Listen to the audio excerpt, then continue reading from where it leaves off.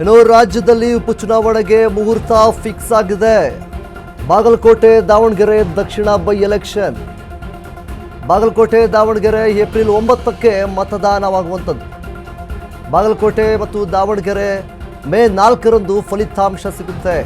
ಶಾಮನೂರು ಶಿವಶಂಕರಪ್ಪ ನಿಧನದಿಂದ ತೆರವಾಗಿದ್ದ ದಾವಣಗೆರೆ HY ಮೇಟಿ ನಿಧನದಿಂದ ತೆರವಾಗಿದ್ದ ಬಾಗಲಕೋಟೆ ಮತಕ್ಷೇತ್ರ ಇದು. ರಾಜ್ಯದಲ್ಲಿ ಉಪಚುನಾವಣೆಗೆ ಮುಹೂರ್ತ ಫಿಕ್ಸ್ ಆಗಿದೆ.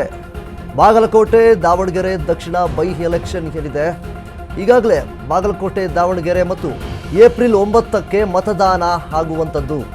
ಬಾಗಲಕೋಟೆ ದಾವಣಗೆರೆ ಮೇ 4ರಂದು ಇದರ ಫಲಿತಾಂಶ ಸಿಗುತ್ತೆ. ಶಾಮನೂರು ಶಿವಶಂಕರಪ್ಪ ನಿಧನದಿಂದ ತೆರವಾಗಿದ್ದಂತಹ ದಾವಣಗೆರೆ ದಕ್ಷಿಣ ಕ್ಷೇತ್ರ, HY ಮೇಟಿ ನಿಧನದಿಂದ ತೆರವಾಗಿದ್ದ ಬಾಗಲಕೋಟೆ ಮತಕ್ಷೇತ್ರ.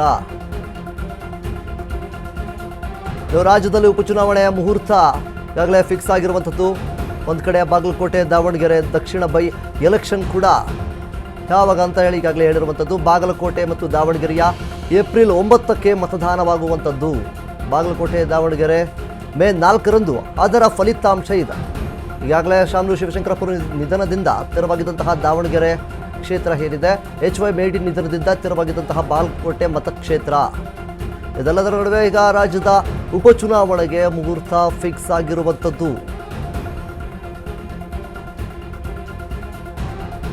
ಎಲ್ಲರೂ ಕೂಡ ಕೇಳ್ತಾ ಇದ್ರು, ಎಲ್ಲರಿಗೂ ಕೂಡ ಎಲ್ಲರೂ ಒಂದು ನಿರೀಕ್ಷೆಯಲ್ಲಿದ್ದರು, ಯಾವಾಗ ಹೇಳ್ತಾರೆ ಅನ್ನುವಂತಹ ರೀತಿಯಲ್ಲಿ ಈಗ ರಾಜ್ಯದಲ್ಲಿ ಉಪಚುನಾವಣೆಗೆ ಮುಹೂರ್ತ ಫಿಕ್ಸ್ ಆಗಿದೆ.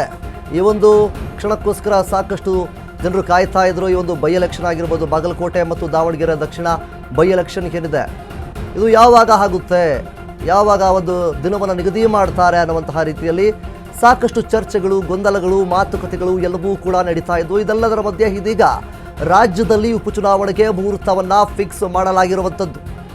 ಬಾಗಲಕೋಟೆ ದಾವಣಗೆರೆಗೆ ಏಪ್ರಿಲ್ 9ಕ್ಕೆ ಮತದಾನ ಬಾಗಲಕೋಟೆ ಮತ್ತು ದಾವಣಗೆರೆ ಮೇ 4ರಂದು ಫಲಿತಾಂಶ ಸಿಗುವಂಥದ್ದು. ಶಾಮನೂರು ಶಿವಶಂಕರಪ್ಪರವರು ನಿಧನದಿಂದ ತೆರವಾಗಿದ್ದಂತಹ ದಾವಣಗೆರೆ ದಕ್ಷಿಣ ಕ್ಷೇತ್ರ ಏನಿದೆ ಮತ್ತು HY ಮೇಟಿ ನಿಧನದಿಂದ ತೆರವಾಗಿದ್ದಂತಹ ಬಾಗಲಕೋಟೆಯ ಮತಕ್ಷೇತ್ರ.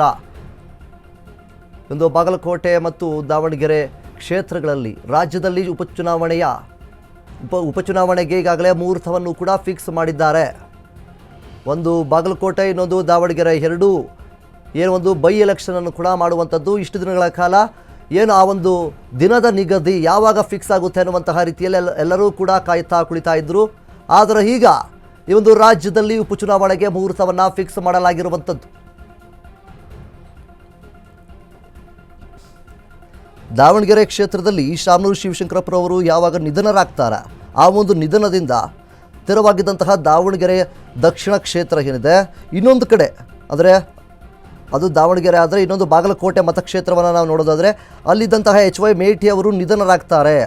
ಅದಾದ ನಂತರ ಅದು ತೆರವಾಗಿದ್ದಂತಹ ಬಾಗಲಕೋಟೆ ಮತಕ್ಷೇತ್ರ. ಇವೆರಡೂ ಈಗ ಬಾಗಲಕೋಟೆ ಮತ್ತು ದಾವಣಗೆರೆ. CM DCMಗೆ ಪ್ರತಿಷ್ಠೆಯಾದ ಉಪಸಮರ. ಎರಡೂ ಕ್ಷೇತ್ರಗಳಲ್ಲಿ ಇದ್ದಿದ್ದು ಕಾಂಗ್ರೆಸ್ MLA.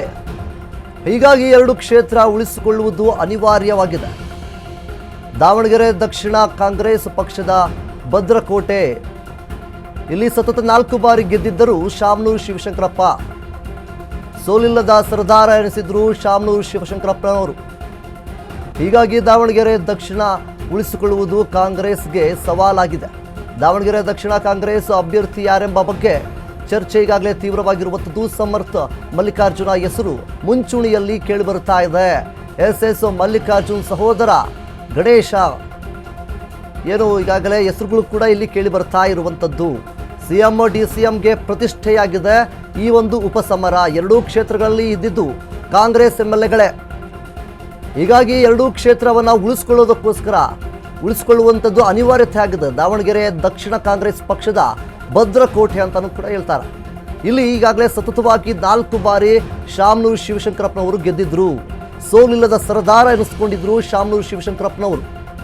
ಹೀಗಾಗಿ ದಾವಣಗೆರೆ ದಕ್ಷಿಣ ಉಳಿಸಿಕೊಳ್ಳುವುದು ಕಾಂಗ್ರೆಸ್ಗೆ ಸವಾಲಾಗಿದೆ. ದಾವಣಗೆರೆ ದಕ್ಷಿಣ ಕಾಂಗ್ರೆಸ್ ಅಭ್ಯರ್ಥಿ ಯಾರೆಂಬ ಬಗ್ಗೆ ಚರ್ಚೆ ಈಗಾಗಲೇ ತೀವ್ರವಾಗಿರುವಂಥದ್ದು.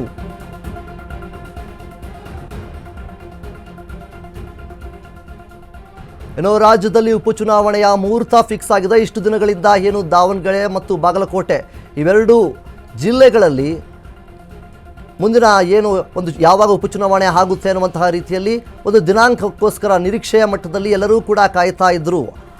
ಆ ಒಂದು ದಿನದ ಏನು ರಾಜ್ಯದಲ್ಲಿ ಉಪಚುನಾವಣೆಯ ಬಗ್ಗೆ ಆ ಒಂದು ಉಪಚುನಾವಣೆಗೆ ಮುಹೂರ್ತವನ್ನು ಈಗ ಫಿಕ್ಸ್ ಮಾಡಿದ್ದಾರೆ.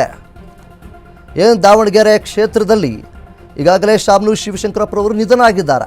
ಆ ಒಂದು ಕ್ಷೇತ್ರದಲ್ಲಿ ತೆರವಾಗಿದ್ದಂತಹ ದಾವಣಗೆರೆ ದಕ್ಷಿಣ ಕ್ಷೇತ್ರ ಮತ್ತು ಇನ್ನೊಂದು ಕಡೆ ಏನು ಬಾಗಲಕೋಟೆಯಲ್ಲಿ HY ಮೇಟಿ ಅವರು ಕೂಡ ನಿಧನರಾದ ನಂತರ ತೆರವಾಗಿದ್ದಂತಹ ಬಾಗಲಕೋಟೆ ಮತಕ್ಷೇತ್ರ, ಇವೆರಡೂ ಏನು ಒಂದು ರಾಜ್ಯದಲ್ಲಿ ಉಪಚುನಾವಣೆಗೆ ಈಗ ಮುಹೂರ್ತ ಫಿಕ್ಸ್ ಆಗಿದೆ. ಒಂದು ಕಡೆ ಬಾಗಲಕೋಟೆ, ಇನ್ನೊಂದು ಕಡೆ ದಾವಣಗೆರೆ.